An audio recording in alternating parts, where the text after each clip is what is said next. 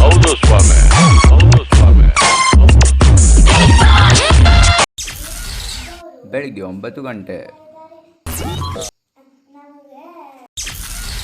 ಮಧ್ಯಾಹ್ನ 2 ಗಂಟೆ.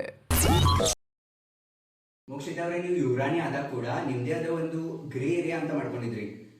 ಅಲ್ಲಿ ನೀವು ನಿಮ್ಮನ್ನ ನೀವೇ ನೋಡ್ಕೊತಾ ಇದ್ರಿ, ನೀವು ಯಾರ ಜೊತೆ ಅಷ್ಟು ಮಿಂಗಲ್ ಆಗ್ತಿರ್ಲಿಲ್ಲ. ಸೊ ಹಾಗಾಗಿ ನಾನು ನಿಮ್ಮನ್ನ ನಾಮಿನೇಟ್ ಮಾಡಿದೆ. ಅದರಲ್ಲಿ ಏನ್ ತಪ್ಪಿದೆ?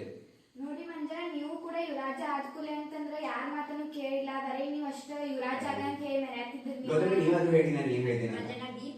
ಅಯ್ಯೋ, ಬಿಗ್ ಬಾಸ್ ಇವತ್ತಿನ ದಿವಸ ನಾನು ಮಂಜನನ ನಾಮಿನೇಟ್ ಮಾಡ್ತಿದ್ದೇನೆ. ಅದಕ್ಕೆ ಕಾರಣ ಅಂತಂದ್ರೆ ಮಂಜನ ತಾವ ಹುಷಾರಂತ ತಿಳ್ಕೊತಾರು. ಗೇಮ್ ಆಡಕ್ ಮುಂದೆ ಯಾರ್ದು ಒಪ್ಪಿಗೆನೂ ತಗೋದಿಲ್ಲ, ತಾವ ಹುಷಾರಂತ ತಿಳ್ಕೊಂಡು ಆಡ್ತಾರು. ಸಂಜೆ 7 ಗಂಟೆ. ಬಿಗ್ ಬಾಸ್ ನಾನು ಚೈತ್ರ ಅವ್ರಿಗೆ ಕಳಪೆ ಅಂತ ಕೊಡ್ತಿದ್ದೀನಿ. ಯಾಕಂದ್ರೆ ಮನೆಯಲ್ಲಿ ತುಂಬಾ ಗಲಾಟೆ ಆಗೋದಂದ್ರೆ ಅದು ಚೈತ್ರದಿಂದಾನೇ. ಹಾಗಾಗಿ ಚೈತ್ರ ಅವ್ರಿಗೆ ಕಳಪೆ ಕೊಡ್ತಾ ಇದ್ದೀನಿ. ಅಯ್ಯೋ, ನಾನು ಇದಕ್ಕೆಲ್ಲ ಹೆದ್ರ ಮಗ